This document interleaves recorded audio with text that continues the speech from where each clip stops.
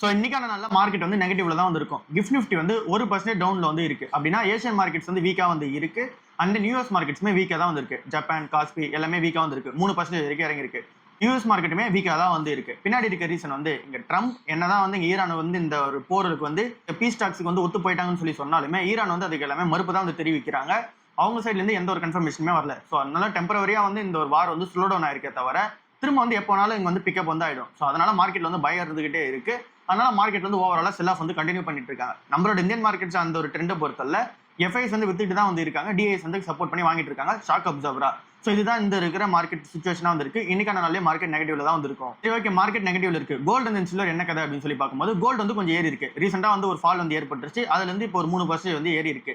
என்ன ரீசனால ஏறி இருக்கு அப்படின்னா அந்த வார் சூழ்நிலை வந்து கொஞ்சம் வந்து முடிவுக்கு வர மாதிரி அந்த ஒரு ரீசன் தெரியுதுல, அதனால வந்து ஏறி இருக்கு. பட் ஆனா பெரிய லெவல் வந்து ஏறாது அப்படின்றத வந்து சொல்றாங்க. பின்னாடி இருக்க ரீசன் என்னன்னு சொல்லிட்டு பார்ப்போம். $4400 மேல வந்து போயிடுச்சு பர் ரவுண்ட்ஸ் கோல்டு வந்து பார்க்கும்போது. சில்வர் வந்து $68 பர் ரவுண்ட்ஸ்ல வந்து இருக்கு. இந்தியன் ஸ்டாண்டர்ட்ஸ்ல பார்த்தோம் அப்படின்னா சென்னை ரேட் படி 2,20,000 பர் கேஜ் வந்து சில்வர் பிரைஸ் வந்து ட்ரேட் ஆயிட்டு இருக்கு. அந்த நீங்க வந்து கோல்ட பொறுத்தல பர் 10 கிராம் வந்து $1,40,000 கிட்ட வந்து ட்ரேட் ஆயிட்டு இருக்கு. ஸோ இது நம்ம இந்தியன் ஸ்டாண்டர்ட்ஸ்ல.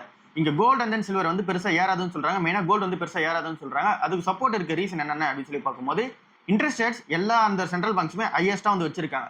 அப்புறம் இங்க டர்க்கி வந்து இருக்காங்கல்ல, டர்க்கியோட அந்த ஒரு சென்ட்ரல் பேங்க்ஸ் வந்து 60 டன்ஸ் ஆஃப் கோல்டு வந்து இங்க வந்து செல் பண்ணியிருக்கதா சொல்றாங்க. இதோட வேல்யூ வந்து $8 பில்லியன் வந்து இருக்கு. ஸோ அந்த 60 டன்ஸ் வந்து இங்க மார்க்கெட்ல சப்ளை வந்து இங்க கொடுத்துருக்கு.